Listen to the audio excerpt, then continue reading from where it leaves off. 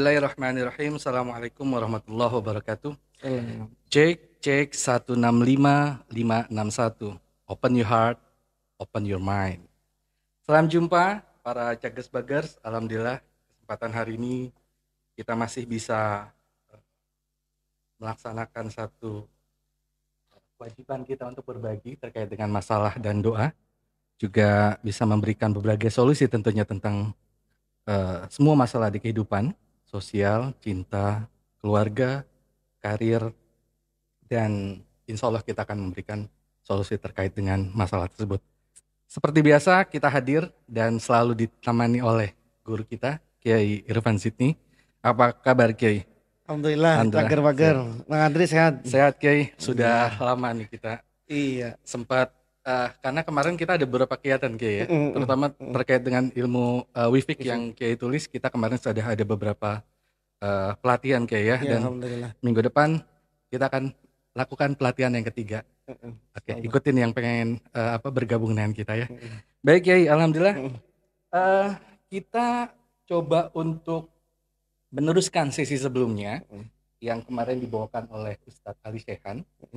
Kalau di sesi pertama kita sudah bicara tentang istilah Kiai ya, definisi dan macam-macam mimpi. Nah, kesempatan sesi kedua kita pengen tahu nih Kiai, ada nggak sih ketetapan syariat atas ilmu mimpi tersebut? Ada rujukan atau mungkin hal-hal lain yang bisa menguatkan tentang mimpi itu Kiai? Baik, bismillahirrahmanirrahim. Makasih Bang Andri. Ya Kiai. Jadi ilmu menafsirkan mimpi gitu ya, itu ada di Quran. Salah satunya ada di surah Yusuf. Surah Yusuf. Surah Yusuf ayat 6, Allah Subhanahu wa taala berfirman, wa kadzalika yajtabika rabbuka wa yu'allimuka min ta'wilil ahadits wa yutimma ni'matahu 'alaika. Allah berfirman, seperti itulah Tuhanmu telah memilihmu wahai Nabi Yusuf, dan Tuhanmu telah mengajarimu takwil berbagai kejadian, maksudnya mimpi gitu ya, dan juga sudah menyempurnakan kenikmatannya kepadamu. Lalu Yusuf berdoa gitu ya, bermunajat, yang kemudian juga ada dalam Al-Quran surah Yusuf ayat 101. Yusuf kemudian berkata, Robbi qad ataitani minal mulki wa allamtani min ta'wilil ahadits. Wahai Tuhanku, engkau sungguh telah memberikanku kerajaan, kan kekuasaan gitu kan Nabi Yusuf itu, dan juga engkau telah mengajariku takwil dari berbagai macam mimpi. Nah, ini berarti mentakwilkan mimpi atau mentafsirkan mimpi itu adalah sesuatu memang ada dasar syariatnya. Dan yang kedua, mimpi itu memang bisa ditafsirkan, bisa ditakwilkan. Dan ini dipertegas oleh sabdanya baginda Rasulullah Muhammad dalam sebuah hadis Bukharinya, bahwa Rasulullah bersabda, lam yabqa minan nubuwah ba'di illal mubassyirat. Sudah tidak tersisa lagi dari kenabian setelahku. Maksudnya udah gak ada lagi nabi kecuali mubassyirat. Lalu sahabat bertanya, apa itu mubassyirat ya Rasul? Mubassyirat itu arti katanya itu hal-hal yang menggembirakan mubassyirat. Apa mubassyirat itu ya wahai Rasul? Maka Rasul bersabda, ar-ru'ya as-sholihah. Mimpi yang benar, mimpi yang baik. Ya rohar rojulul mu'min auturolahu. Yaitu ketika seseorang mukmin melihat hal itu di dalam mimpinya. Jadi itu termasuk mubassyirat. Jadi ar-ru'ya as-sholihah, mimpi yang baik itu adalah terbagi bagian dari al-mubassyirat. Dalam hadis yang lain Rasulullah juga bersabda, ar-ru'ya as-sholihah minar rajuli sholih. Mimpi yang baik dari seorang yang baik gitu ya. Juz'un min sittatin wa arba'ina juz minan nubuwah. Termasuk dari 46 bagian dari bagian kenabian. Jadi ada kenabian tuh ada 46 bagian kenabian. Nah, salah satunya itu adalah mimpi tadi itu. Nubuwah. Jadi seseorang itu yang mempunyai mimpi yang baik itu, nah itu sama seperti dia mendapatkan nubuwah. Tapi kan nubuwah kenabian sudah tidak ada gitu loh. Yang tersisa tadi adalah satu tadi itu, yaitu mubasyirat. Nah, itulah beberapa dalil yang menjadi ketetapan bahwa mimpi itu bisa ditakwilkan. Pertama, mimpi bisa ditafsirkan, dan mimpi ini bisa dijadikan sebuah rujukan gitu. Kenapa? Karena tadi kata Nabi, mimpi yang baik itu benar menjadi sebuah mubasyirat. Di Quran kan sudah dikatakan bagaimana Nabi Ibrahim diuji, bagaimana Nabi Yusuf juga diuji dan lain sebagainya. Nah, para sahabat juga banyak yang ahli dalam mimpi, dalam tafsiran mimpi. Ada Ibnu Abbas dan lain sebagainya. Kalau dalam kalangan tabi'in ini yang paling terkenal sampai saat ini namanya Ibnu Sirin. Ibnu Sirin itu adalah seorang tabi'in yang ahli dalam menafsirkan mimpi. Kenapa? Karena memang diperbolehkan menafsirkan mimpi itu. Gitu ada rujukan dan ada rujukan Qur'annya ada dan bahkan tadi itu mimpi yang baik itu menjadi mubasyirat. Nah, bukan cuma sekedar mubasyirat itu, tapi juga mimpi yang benar itu, mimpi yang baik itu bisa menjadi babul ilmil laduni. Dia bisa menjadi pintu dari ilmu laduni.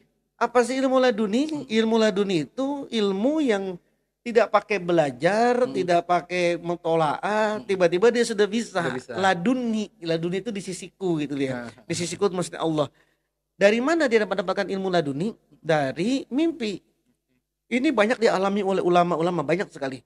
Misalnya At-Tuhi sendiri seringkali menceritakan di dalam kitabnya Syekh Abdul Fattah At-Tuhi ini, ketika dia sudah tidak mengerti tentang satu persoalan keilmuan misalnya gitu, lalu kemudian dia mimpi. Di dalam mimpi itu dia diajarin caranya. Maka ketika dia bangun langsung sudah bisa dia. Jadi ilmu pengetahuan Jadi ilmu pengetahuan. Nah, begitu juga banyak sekali ulama-ulama yang menghasilkan sebuah disiplin ilmu, tapi itu dicapai dari mimpi tadi itu. Jadi ketika dia mimpi itu diajarin dia ilmu ini, diajarin tata caranya begini, semua begini diajarin.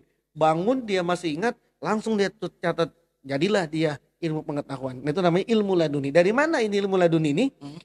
Hasil dari tadi itu ar-ru'ya as-sholihah atau ar-ru'ya as-shadiqah. Mimpi yang benar. Jadi itu juga maksudnya pilihan ya. Ketika katakan Allah memberikan ilmu laduni itu, artinya kan tidak sembarang orang bisa mendapatkan itu karena balik lagi nih waktu kita zaman pernah ngerasakan di pondok itu kan kalau mau ujian kadang minta amalan ilmu laduni laku banget katanya pulpen bisa jalan sendiri. Nah, itu gimana terkait dengan sama itu namanya al-mubasyirat. dulu gini ya, dulu namanya kita dulu pondok jadi sering lah untuk ngelakuin kayak gitu. Dulu saya pernah dikasih amaliyah gitu ya, sebuah bacaan, lalu kemudian ada sesuatu yang ditulis semacam raja atau wifik itu, lalu kita wirid karena saat itu kita jadi pengurus kan, kita jadi pengurus pesantren dan ada acara apa saat itu saya lupa itu, jadi kita nggak sempat belajar padahal besok harus ujian gitu karena kita ngurusin acara nih. Wah, besok gimana mau ujian, kagak ada ujian, kita belum belajar. Akhirnya malam itu kita wirid gitu, kita wirid. Nah, ternyata malam itu dateng itu nanti besok soalnya adalah ini gitu. Jadi ketika kita bangun langsung kita catat, oh ternyata pas kita lagi ujian memang itu yang keluar. Cager-bager itu al-mubasyirat gitu dia. Kalau mau belajar datang ke Palak Rohani gitu ya.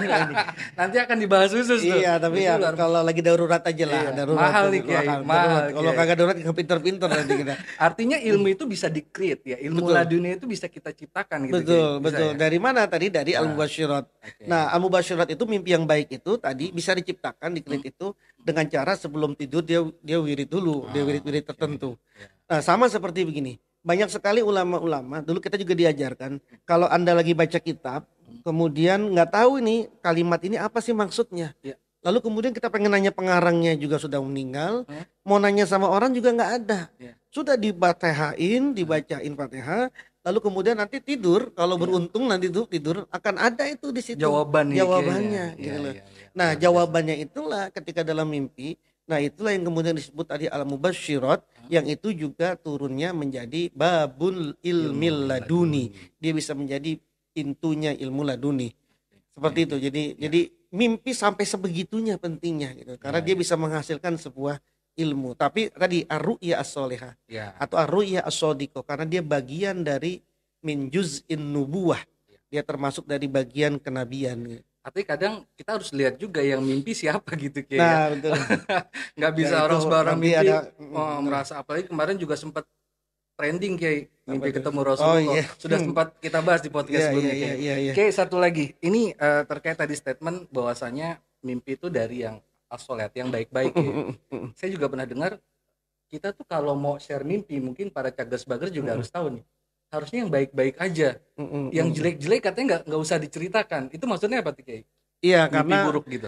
karena memang salah satu kewajiban anjuran, bukan anjuran, maka ketetapan dari syariat, Nabi juga pernah mengatakan kalau kamu mimpi buruk itu sudah jangan diceritakan kepada siapa-siapa, gitu ya. Karena yang memang tidak boleh diceritakan gitu loh, kecuali kepada seseorang yang memang berhak untuk diceritakan. Sebagai apa? Sebagai peringatan gitu loh. Jadi misalkan kalau mimpi buruk jangan langsung dibikinin medsos, jangan update status. Tidak boleh ya. Mimpi buruk itu tidak boleh diceritakan gitu. Yang ada adalah bagaimana kalau mimpi buruk ya nanti dia harus kemana, harus melakukan apa, meludah ke kiri 3 kali dan sebagainya gitu. Jangan di-share kayaknya. Tapi memang yang penting sebelum memahami ini mimpi buruk apa mimpi baik, memang kita harus tahu dulu, karena ada beberapa persyaratan itu kan. Bagaimana dia mengerti ini mimpi benar atau tidak, kan harus ada persyaratannya gitu ya. Nah ini yang mungkin kita akan bahas di sesi selanjutnya nih, Kiai. Ada terkait dengan apa sih yang wajib dilakukan orang yang bermimpi, dan juga kewajiban apa bagi orang yang menafsirkan itu kan, Kiai ya. Nah nanti nyambung nih, jadi para Cagers Bagers jangan lupa ikutin sesi kita terus terkait dengan mimpi. Akan semakin seru, semakin menggelitik lah pokoknya ya. Wah luar biasa. Memang harus ada syarat-syarat itu kayak orang sholat. Jangan sholat dulu kalau belum memenuhin syarat sholat gitu ya. Kalau syarat sholatnya udah terpenuhi ya silakan sholat gitu. Jadi jangan sholat dulu kalau belum selesai nih persyaratan sholatnya. Sama kayak mimpi gitu. Jangan ngomong mimpi dulu nih kalau persyaratannya juga belum terpenuhi ya. Bisa jadi itu mimpi asalnya dari makhluk yang lain gitu kan, Kiai ya. Baik Kiai, alhamdulillah luar biasa. Kita tadi sudah bahas terkait dengan ketetapan syariatnya, dalilnya. Jadi mimpi itu, takwil mimpi itu bukan hal yang klinik, bukan hal yang tabu, ada rujukannya loh gitu. Jadi jangan takut kalau mau buka praktek terkait dengan ilmu mimpi juga boleh. Belajar di Palak Rohani. Kunjungi website kita di www.palakrohani.com atau mau diskusi chat bisa ke WA kita 0811889308. Oke. Jangan lupa ikutin sesi selanjutnya, nanti akan ditemani lagi oleh Bang Ali Sehan. Baik Kiai, terima kasih. Sama-sama Bang Andri. Mudah-mudahan kita selalu sehat, selalu bisa memberikan manfaat Kiai ya. Baik, Cagers Bagers, terima kasih atas atensinya. Kita tutup. Assalamualaikum warahmatullahi wabarakatuh. Waalaikumsalam warahmatullahi wabarakatuh.